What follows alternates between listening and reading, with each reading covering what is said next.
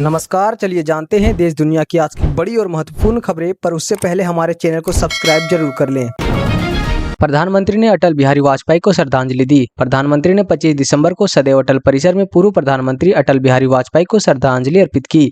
इस अवसर पर उन्होंने सांस्कृतिक श्लोक साझा कर वाजपेयी के जीवन और विचारों से प्रेरणा लेने का आह्वान किया। कार्यक्रम राष्ट्र नेतृत्व की विरासत को स्मरण करने के उद्देश्य से आयोजित किया गया था। चित्रदुर्गा में बस ट्रक हादसे में 10 की मौत। कर्नाटका के चित्रदुर्गा में नेशनल हाईवे 48 पर बस और ट्रक की टक्कर के बाद आग लगने से कम 10 लोगों की मौत हो गई और कई यात्री घायल हुए। प्रधानमंत्री ने मृतकों के परिजनों को पीएमएनआरएफ से 2 लाख रुपए और घायलों को 50,000 रुपए की सहायता देने की घोषणा की। प्रधानमंत्री मोदी ने क्रिसमस सेवा में भाग लिया। प्रधानमंत्री नरेंद्र मोदी ने क्रिसमस के अवसर पर दिल्ली के the cathedral church of redemption में सुबह की प्रार्थना में सभा में भाग लिया। उन्होंने इस मौके पर लोगों को क्रिसमस की शुभकामनाएं दी और शांति व करुणा का संदेश साझा किया।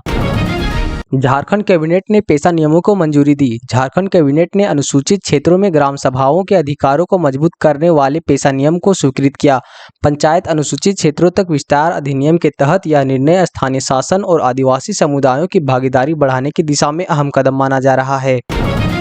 दिल्ली में अटल कैंटीन योजना शुरू। दिल्ली में आज 100 स्थानों पर अटल कैंटीन योजना की शुरुआत हो गई, जहां 5 रुपए में भरपेट भोजन उपलब्ध कराया जाएगा। दिल्ली सरकार की इस पहल का उद्देश्य कम आय वर्ग के लोगों को सस्ता और सुलभ भोजन प्रदान करना है। क्रिसमस पर शेयर बाजार बंद रहे। बीएसई और एनएसई सहित भारतीय शेयर बाजार 25 दिसंबर को क्रिसमस के कारण बंद रहे। इससे पहले 24 दिसंबर को सेंसेक्स 85,408.70 और निफ्टी 26,142.10 पर बंद हुए थे। शेयर बाजार में सामान्य कारोबार 26 दिसंबर से दोबारा शुरू होगा। सितंबर में जीएसटी संग्रह में बढ़ोतरी। सितंबर 2025 में महाराष्ट्र, कर्नाटका और तमिलनाडु में जीएसटी संग्रह में उल्लेखनीय वृद्धि दर्ज की गई। केंद्र सरकार द्वारा जारी राज्यवार आंकड़ों के अनुसार बढ़े हुए संग्रह से राज्यों के राजस्व आवंटन को लाभ मिलेगा। 26 दिसंबर को भारत मंडपम में वीर बाल दिवस कार्यक्रम। प्रधानमंत्री 26 दिसंबर को भारत मंडपम में वीर बाल दिवस के राष्ट्रीय कार्यक्रम में शामिल होंगे। इस अवसर पर राष्ट्रपति द्वारा राष्ट्रीय बाल पुरस्कार प्रदान किए जाएंगे। कार्यक्रम महिला एवं बाल विकास मंत्रालय द्वारा आयोजित किया जाएगा। पीएम आवास योजना में 3 करोड़ नए घरों का लक्ष्य। बजट 2025 में पीएम आवास योजना के तहत ग्रामीण और शहरी क्षेत्रों में 3 करोड़ अतिरिक्त घर बनाने का लक्ष्य रखा गया है। शहरी 2.0 योजना के तहत 1 करोड़ परिवारों के लिए 10 लाख करोड़ रुपए का निवेश आवंटित किया गया है, जिसमें गरीब और लक्ष्य मध्यम वर्ग के परिवार को मिलेगा। केवीएस भर्ती 2025 में 9,921 पदों की घोषणा। केंद्रीय विद्यालय समिति केवीएस ने 2025 में शिक्षण और गैर शिक्षण पदों के लिए 9,921 नई रिक्तियां घोषित की है।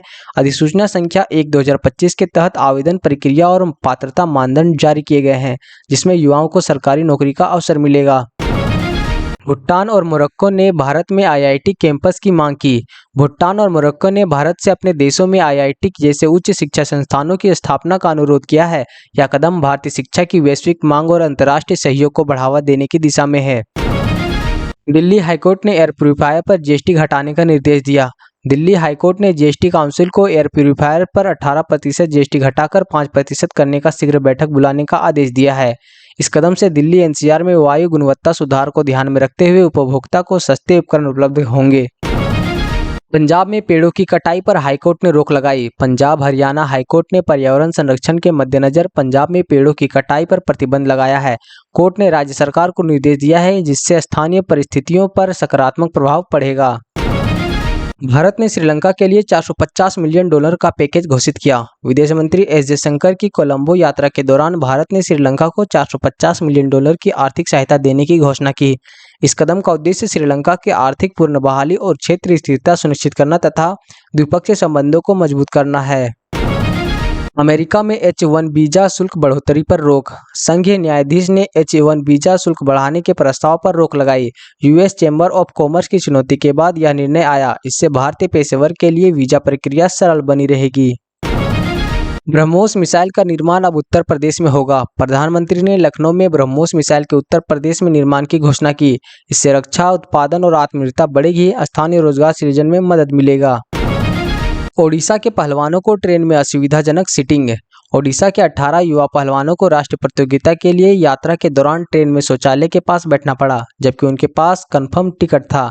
इस घटना ने रेलवे सेवाओं की गुणवत्ता पर सवाल उठाए और खिलाड़ियों ने बेहतर यात्रा सुविधा की मांग की। महाराष्ट्र में परिवार के 4 सदस्यों की लाशें बरामद। महाराष्ट्र में एक ही परिवार के 4 सदस्यों की मृत हालत मिली। पुलिस ने सामूहिक आत्महत्या की संभावना जताई है। स्थानीय प्रशासन सक्रिय है और प्रभावित परिवारों को सहायता प्रदान की जा रही है। BEML में 1.6 लाख वेतन वाले पदों पर भर्ती। भारत सरकार की कंपनी BEML ने वेतन 1.6 लाख रुपए तक के पदों के लिए भर्ती का अवसर घोषित किया है। आवेदन योग्यता आधारित है। जो उम्मीदवार सार्वजनिक क्षेत्र में नौकरी पाने के इच्छुक हैं, उनके लिए यह लाभकारी है। 26 दिसंबर को राष्ट्रवीर बाल दिवस कार्यक्रम। 26 दिसंबर को देश भर में राष्ट्रवीर बाल दिवस कार्यक्रम आयोजित होगा, जिसमें स्कूली बच्चे और पुरस्कार विजेता भाग लेंगे। कार्यक्रम में सांस्कृतिक प्रस्तुतियां होंगी। इसे देशव्यापी प्रसारित किया जाएगा। दिल्ली में GRAP 4 प्रदूषण नियंत्रण हटाए गए। पर्यावरण मंत्रालय ने दिल्ली में GRAP 4 के सख्त प्रदूषण नियंत्रण हटाए दिए गए हैं, क्योंकि वायु गुणवत्ता में सुधार हुआ है। इससे जनजीवन सामान्य हुआ है और स्वास्थ्य पर सकारात्मक असर पड़ेगा।